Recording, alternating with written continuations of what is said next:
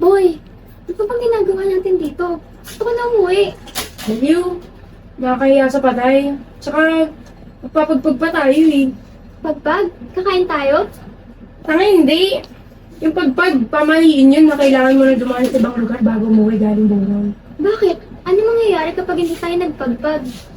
Alam mo na, baka kasi may sumama ka iba.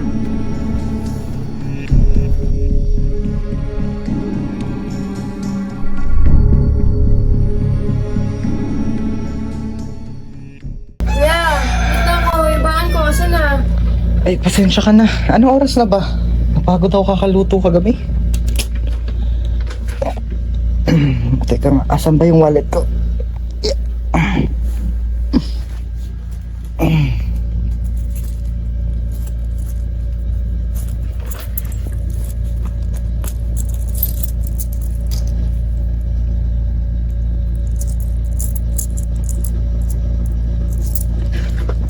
Oh, ito. Siguro naman naabot na tong pambaon ng 50. Oy, nalaglag pa yung barya. Oh, ito pa. Kumain ka na ba? Baka gusto mo ipagluto ko. Alis na ako. Oy, sandali lang! Ay, nako talaga tong bata na to. Siguro may dalaw lang.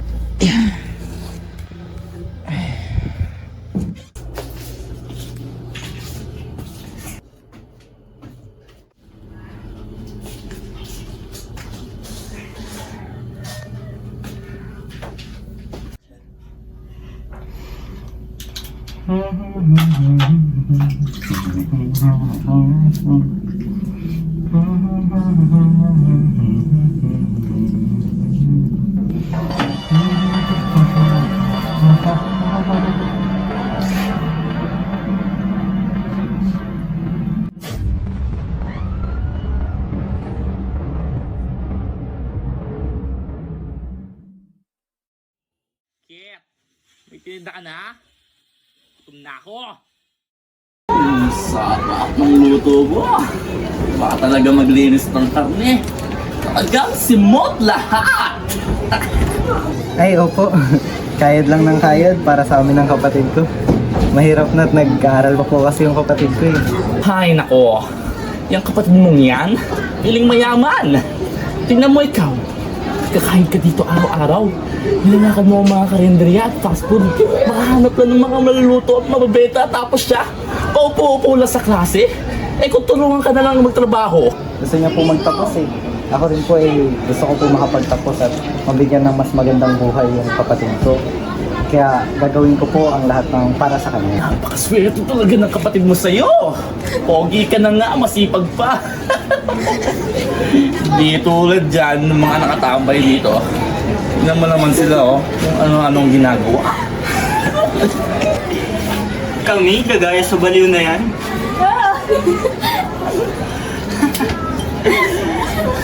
Hoy, sitigil nga kayo.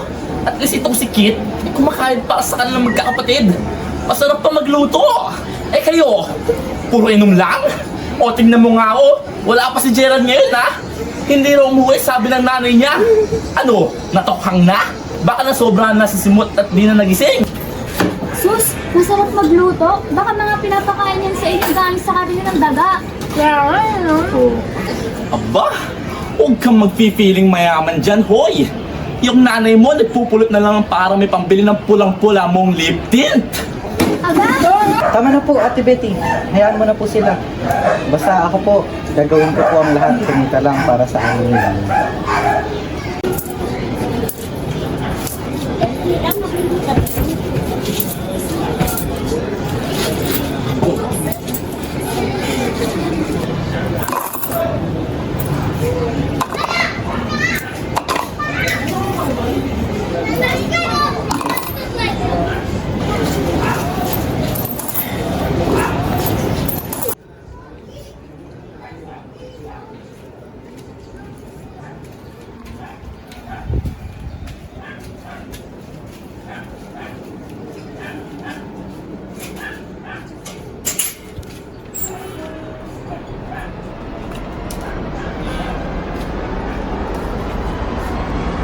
Ay, baliw! Tingin mo!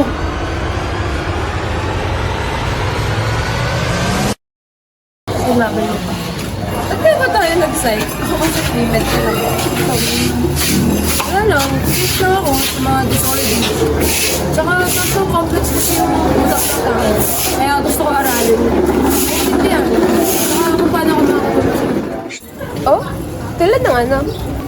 DID at schizophrenia. Parang ang hirap intindihin, di ba? Parang gusto ko subukang aralin. Parang mas maintindihan ko kung bakit may mga taong biglang babago. Grabe, ang lalim niya na. You seem really interested about it.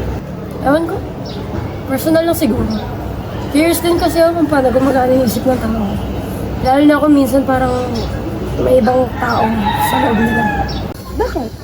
Do you know someone with DID or schizophrenia? Wala naman.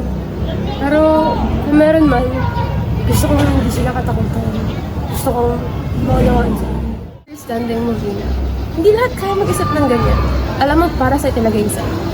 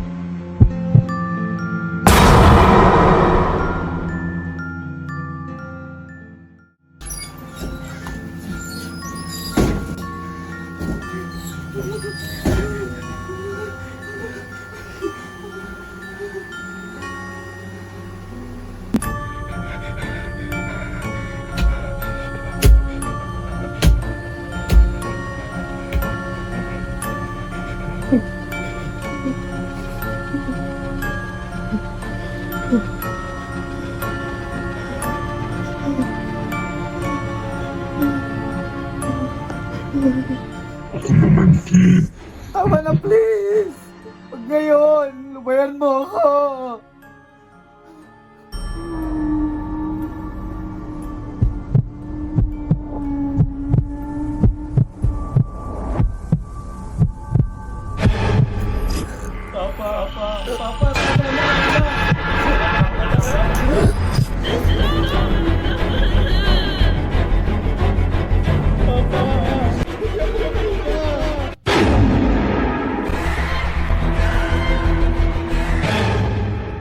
Uy, salamat talaga sa pagpapaya ng video gamit. Babalik ko rin naman, Ti. Kailangan ko lang talaga mag-video para sa Patfit. It's okay. Di ko rin naman masyadong nagagamit yan eh. Oh, dito ka nakatira? Oo. Sensya ka na, hinatid mo pa talaga ako. It's okay. Grabe yung mga bahay yun, no? Basta ako ng mga ugali dun na nga lang babawi. Akala ata nila di ako marunong pagsabi. Thank you, Selena. Pakama ka pa tuloy. It's okay, Lina. We're friends. Thank you, ah. Ang dami mong tinulong.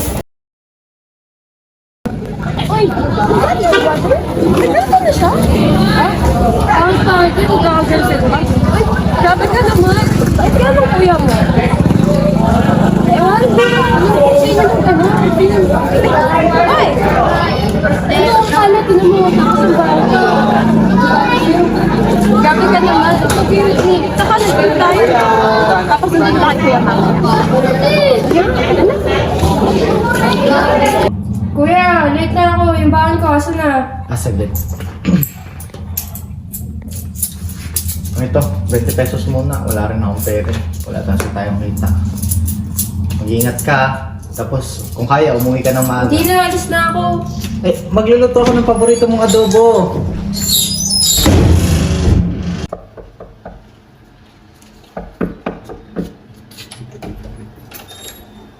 Oh, hi po. Ay, ikaw yung kaibigan ni Vina, di ba? Ah, yes po. I'm sorry. Bakit ka naman naparito? At saka, asan si Vina? Hindi pa siya umuwi. Hindi ba siya kasabay? Ay, hindi po. May group project po kasi sila. Kukunin pa lang po sana yung project namin. Sige, okay. Pero nagluto ako ng adobo, sakto, kumain ka na muna. Ako na kukuha. Ay, sige. Salamat po. Ay, Tassin, tikan mo. Masarap yan. Oo nga po, mukhang masarap. It smells good. Thank you po. Sige lang, kain ka. Darating na rin si Vina at sasabayan tayo. Salamat po. Ay, siya nga po pala. Girlfriend niyo po ba yun? Sino? Yung kasama niyo po kagabi? Kagabi? Hindi ko maalala. Pero si Kuya, deny pa yung girlfriend niya. Hindi naman. Hindi ko lang talaga maalala.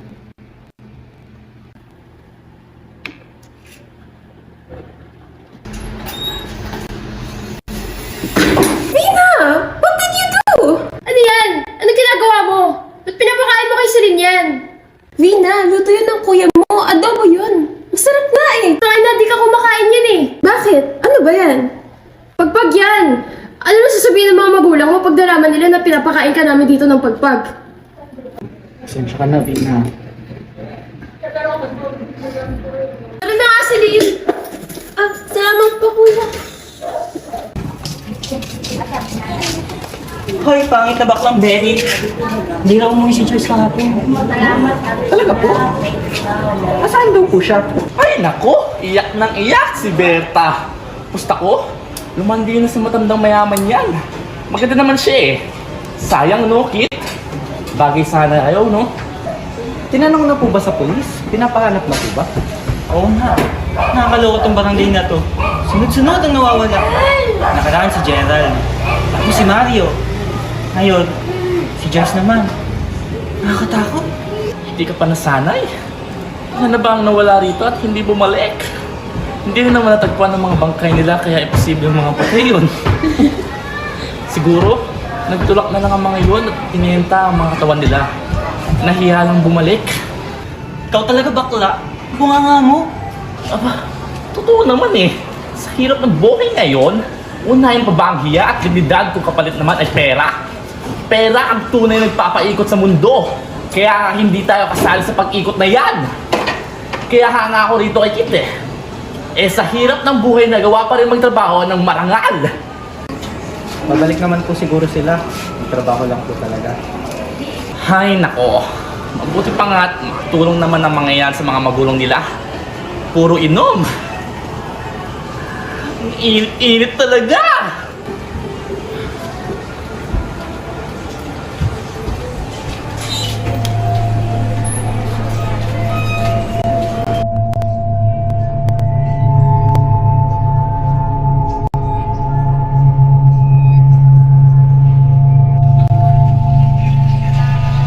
Oh, bakit? Anong nangyayari? Si Vina. Nasa pangalit si Vina. Ha? Nasa bahay lang kapatid mo ah. Hindi. Nasa bahay siya. Vina! Yep! Huwag mo siyang lapitan! Vina!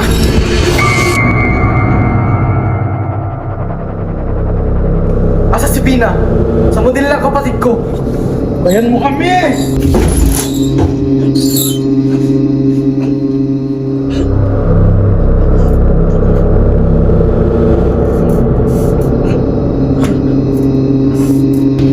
Kuya.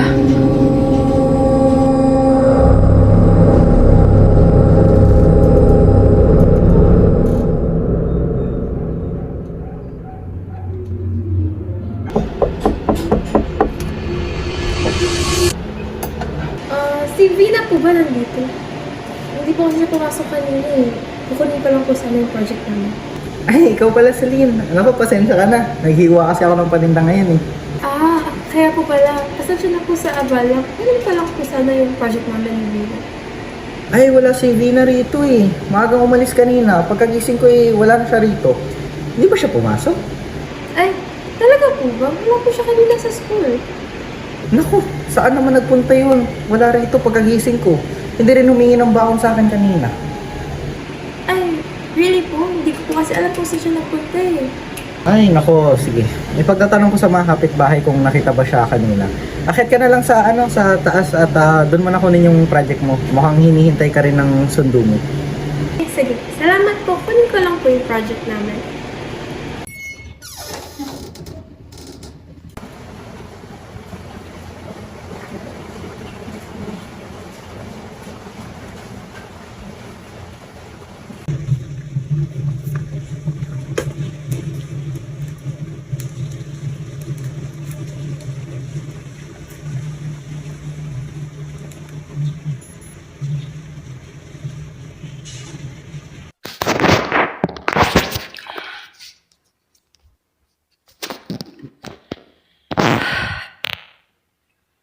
Sorry. Sorry, hindi ko nasabi. Sorry kung nanahimik ako. Sorry sa lahat na hindi nabigyan ng hustisya. Si Kuya. Si Kuya may gawa ng lahat ng to. Hindi ko alam kung saan nagsisimula. Kung saan nagsimula. Hindi ko alam. Pero, takot na ako. Hindi ko na alam yung gagawin ko. Tuwing gabi umaalis si Kuya ng bahay. Hindi ko alam kung saan siya nagpupunta, pero lagi siyang may dalang malaking sako pag uwi. Tapos, hindi niya ako sinasagot. Hindi niya ako kinakausap tuwing tinatanong ko siya kung ano yun. Parang hindi niya ako naririnig. Parang siya nag-iibang tao. Malayo sa kuya ko. Hindi ko kilala yung lalaking yun. Hanggang sa makita ko mismo.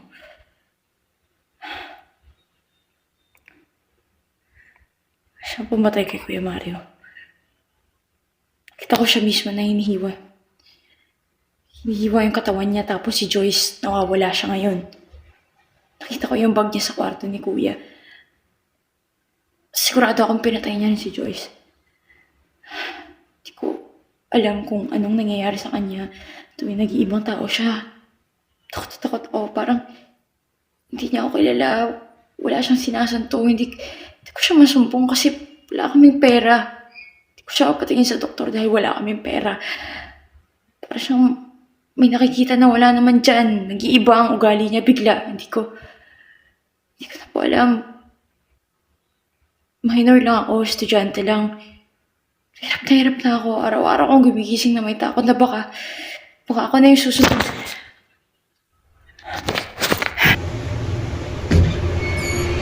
Ano, Celine, nakita mo ba? Anong nangyari? Parang nakita ng multo. Opo, nakita ko. Mauna na po ako, Kuya. Sige, Celine, mabuti pa nga at kanina ko pa hinihintay ng kuya mo. Salamat. Celine! Teka, may naiwan ka. Ano po yun? Sa ito, di ba? Wala namang ganito yung kapatid ko. Celine, hindi namin tayo bumili ng ganito. Oo, sakit. Sige na, mag-ingat ka. Salamat po, Kuya. Good! Na-arresto ka namin sa pagkamatay ng 3 tao. Mario Ambong, Joyce Bautista, at Bina Ramos. Ano pong ginawa ko? At si Bina, nasa bahay po yung kapatid ko. Asan po ang kapatid ko? Kuya, mahirap lang po kami. Wala po akong ginagawang masama. Wala po akong maalala, kuya. Kuya, bitawan niyo ako, kuya. Hindi pwede. Ikaw na naman. Anong ginagawa mo rito? Parang awa mo na, lubayan mo na kami ng kapatid ko. Saan mo nilagay yung kapatid ko? Ilabas mo yung kapatid ko. Pinagsasabi na ito. Baliwata talaga to eh. Sinasabi mo? Tumayo ka. Asan ang kapatid ko? Ibalik mo si Bina. Asan si Bina?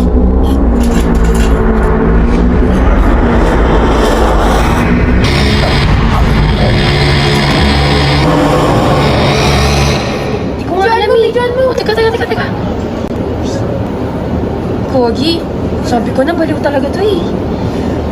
Tingnan na nangyayari dyan. Ano ko?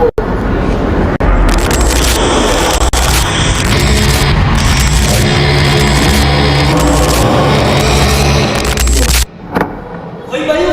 Titingting mo!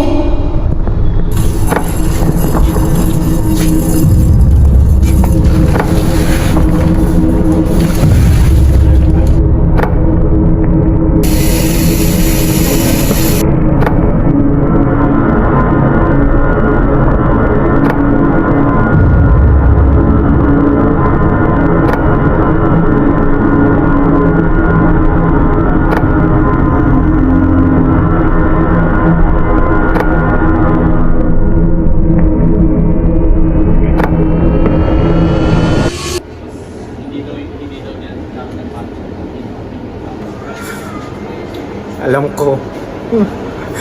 Pero hindi ko maalala.